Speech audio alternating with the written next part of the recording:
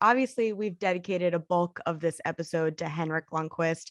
You actually had an opportunity to sit down with him for an interview that will be shown on NHL Network Thursday and Friday. The one thing I want to know is not what he said in the interview, but just what were your impressions of how he is handling this big day in general? He's always seemed so comfortable in the limelight, but this is obviously going to be an emotional night for him.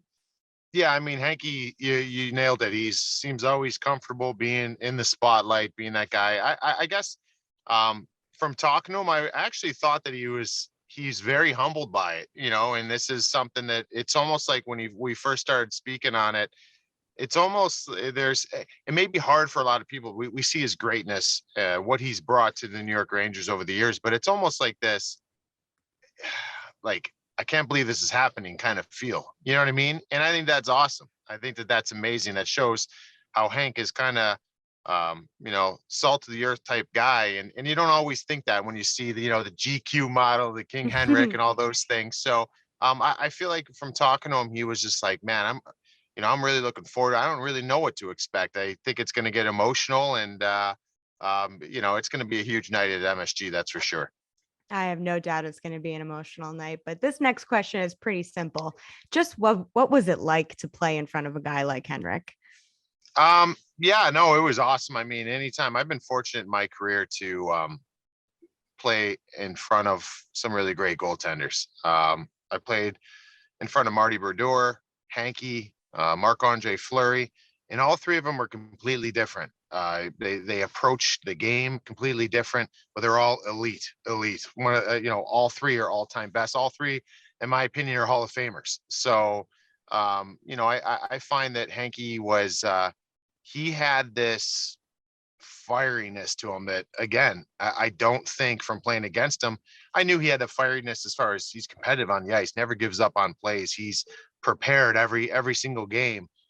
But I just remember playing for the Rangers, and we'd have situations or games where maybe we're winning 4-0, and late in the game, the other team gets a goal. We come off the ice, music's playing, everyone's having a good time, and we hear someone in the bathroom smashing a paper towel dispenser, and it's Hanky because he let that goal in, and it was like, and I like that about him because nobody's perfect, but he strives for perfection. So he wasn't happy about letting that up, and there's times where I just found that his fieriness, I think, is something that really separated him from a lot of other guys, and I thought that was awesome. Is because everybody's different, and every goaltender approaches that position differently.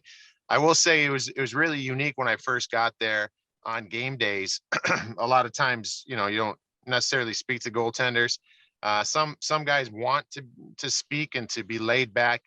I remember one of my first days there. The medical trainer Jim Ramsey said to me, "Hey, I was kind of asking," and he's like, "No, just you act like Hanky's not there." So I remember you'd walk in a room, and it felt weird because you walk in the room the morning of the game, and you're like, "Hey, hey Step, hey, Danny G, like what, then you just ignore the fact that Hank's standing right there, and but he was so laser focused all the time, and I think you saw that in his play.